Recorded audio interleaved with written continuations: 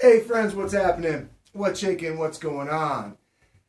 Well, this is Andy coming to you from here at Andy's World of Bass, and today I thought I'd talk to you about playing soulful bass guitar.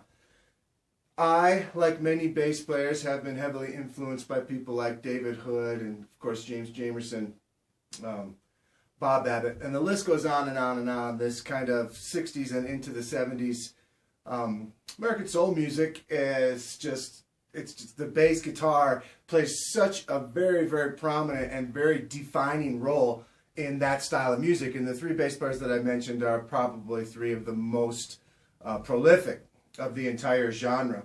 So today I thought I would play and tell you about how I have come to a place of feel and soulfulness in my playing and some of the things that I will tend to do. First I'll tell you about what I'm using. I'm using the Nordstrand Rocket Surgeon StarLifter Preamp, and this is kind of like my go-to tone. I use it on just about, I use it on every gig that I play and every recording session that I play. I don't always use it here in the studio because it's in my rig, you know, it's in my go-to-the-gig rig, and that's kind of where it lives. But I thought I'd bring it up today and make a video with it so you can really hear what it sounds like.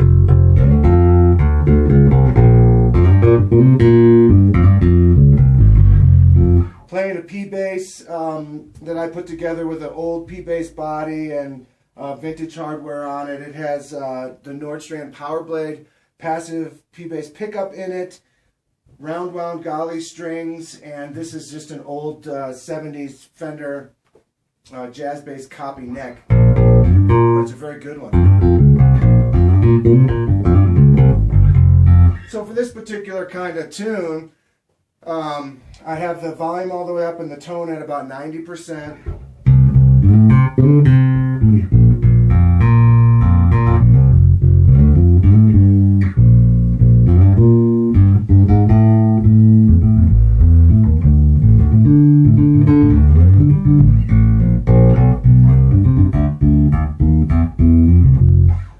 One of the main components that's going to happen a lot in this type of music, and I'll do it all the time, and Chuck Rainey does it all the time, he told me he does it all the time, is the 1-5-8.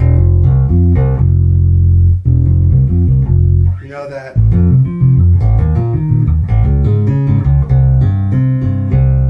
You know, just using the 1, the 5, and the 8 of the scale. Nice thing about using that kind of roll across, up and down kind of roll across, is it has nice groove and nice bounce and nice feel, but it's not tied to one harmonic chord. It pretty much works over every chord, so you can, you know, unless the chord has a flat 5 in it, you can pretty much use it all over the place and all the time. And it just really generates that kind of soulful movement across and through the chord changes. So what I'm going to do is I'm going to turn on this track.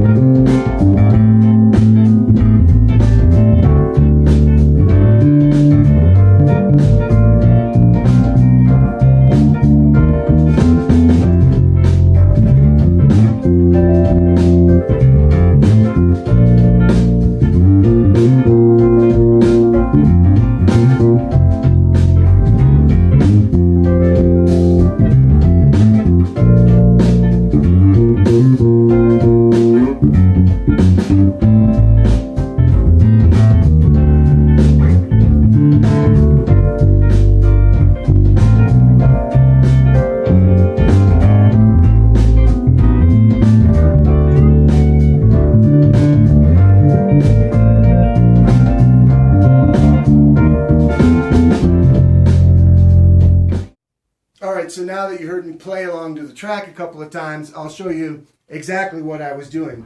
Starts on F.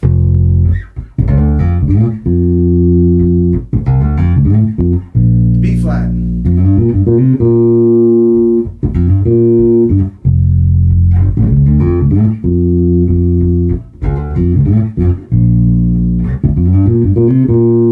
Climbing into A minor. That's one of those 158 rolling cross things. And then chromatically down to the D, G, to the C. That's actually an F with a C in the bass. And then A minor again. And then I do this climb that brings us back to the top of the form again. I start on G, chromatic, another one of those rolls, 158 roll, on the C, D, E flat, E, F. So that goes. And now this one's real important. That's an A51. It gets us right back to the top.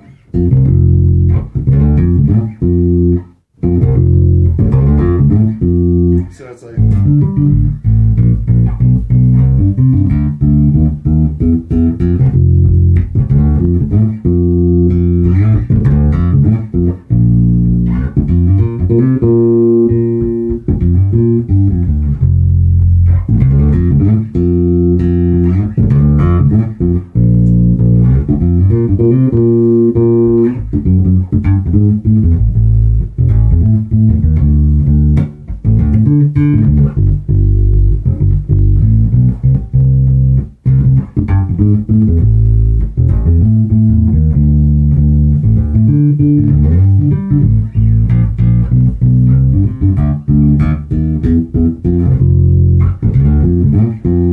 So there you have it. There's some of my some of the ways I go about playing soulful, kind of funky, soulful bass guitar. And you know, you could do it with flat wound strings, get a little bit more of a traditional soul tone for sure. I like to have a little bit of high end in there, and I just kind of control it with my hands.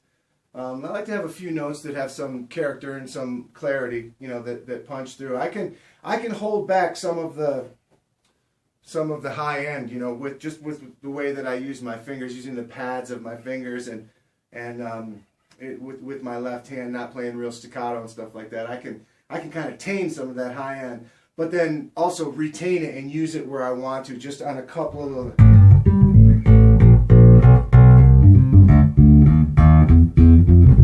Just where I want a couple of those notes to really punch through. That's why I like the round wound strings with the tone just back to about, you know, between 80 and 90% is usually the sweet spot on the passive tone control. These pickups sound fantastic. This bass sounds great, and I owe a lot of it to the Rocket Surgeon, Nordstrand Rocket Surgeon StarLifter Preamp, because this thing is absolutely fantastic. And God, I come out of it post EQ to front of house always. So I'm sending them the EQ setting that I create for the instrument that I'm playing. Okay? So when they get it, they're getting my sound. And I know what you're saying right now. You're saying they don't want that. They want it completely flat. They want to create the EQ curves and everything like that. Generally they do, but the reason that they like that, have that MO, is because they don't like being sent a thin DI, a noisy DI, or an overly ramped EQ. If you're sending them a nice neutral EQ that sounds fantastic, they will never complain. They'll say thank you, because all they'll have to do is push the fader up.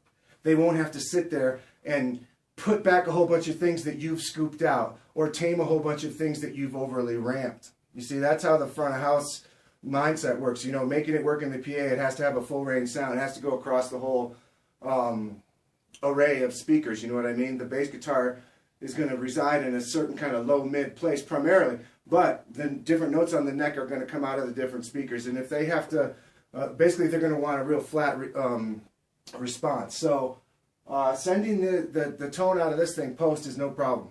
Nobody ever complains about it. In fact, they go way out of their way to walk all the way from front of house at a festival, come up on the stage in between the set break, find me when I'm tearing down my gear and go, dude, your bass sounds amazing. What the hell are you playing through? You know what I mean? If a front of house engineer walks all the way up on the stage to ask me that, they really like the sound. You know what I mean? And it happens all the time.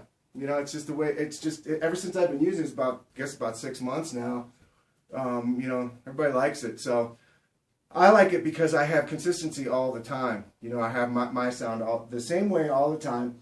And I can make some subtle differences, but regardless of the bass that I'm playing, you know, I play a variety of different basses, 4 strings and 5 strings.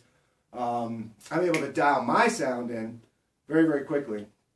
It's not a very complex, sophisticated process to get my sound. It's very even, like I was talking about. It's basically kind of flat with a little bit of behaved mid-range contouring.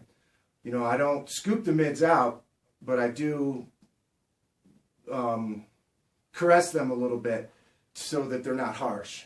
You know what I mean? And this thing, the mid-range, the mid-range control on this is so flexible and so subtle in terms of just making small adjustments. You can really dial it in and quickly, you know, laser fast.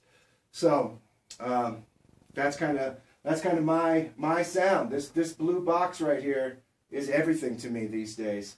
And based on the fact that I've never had a better front of house sound, and I've never gotten as many compliments from engineers on my tone, I'm going to keep using it. All right. So thanks for watching this video. Thanks for watching all the videos. I hope you enjoyed it, and we'll see you next time. All right, friends. Peace.